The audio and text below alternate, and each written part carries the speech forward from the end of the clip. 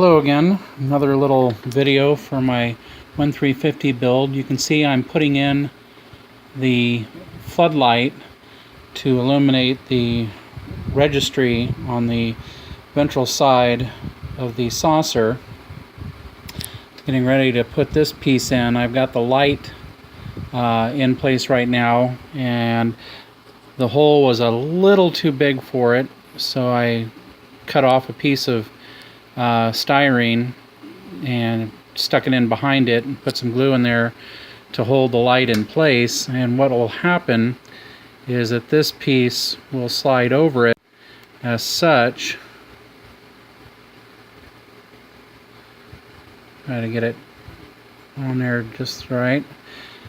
Okay, and then that will help create the fan effect here, like you saw in my Excalibur build.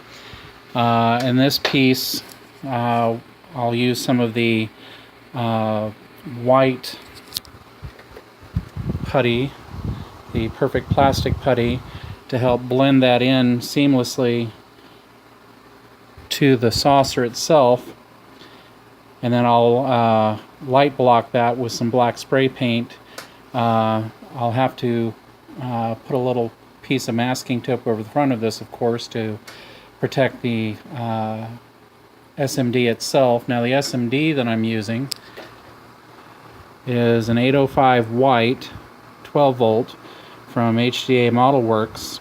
Again, recommending these guys. Jerry does a great job over there. So there's two of them right there. The 805 is the perfect size for that spot. And I'm going to obviously do the same thing over here. You can see I've already put in the rings for the nav lights as per the Franz Joseph blueprint suggestions, as well as the phaser banks. These are from Blap Models. These are little resin pieces. I've had to order more. I've only got 4 left of my own. But these are a great little resin addition for your kit. Which, as I talked about in another video, with the Franz Joseph blueprints from 73 or 74, I believe it was 73 when they were first published, you can see the clear transition from the studio scale shooting model through the blueprints to the motion picture version of the ship, where these types of phaser emplacements are put all about the ship.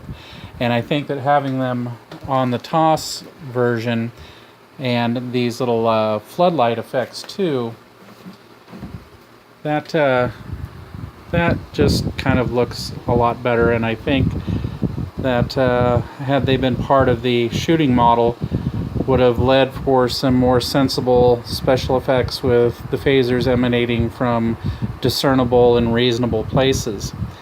So here's the dorsal of the saucer, and you can see I've got my flood housing there. I have not put the light in yet, but that will be a larger SMD to broadcast down onto the registry on the saucer.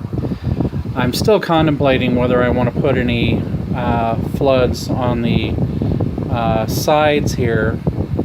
Up here, the lights that emanate there, on a previous build that I did, having a light source there, an SMD up in there, it actually ended up broadcasting across the saucer pretty effectively.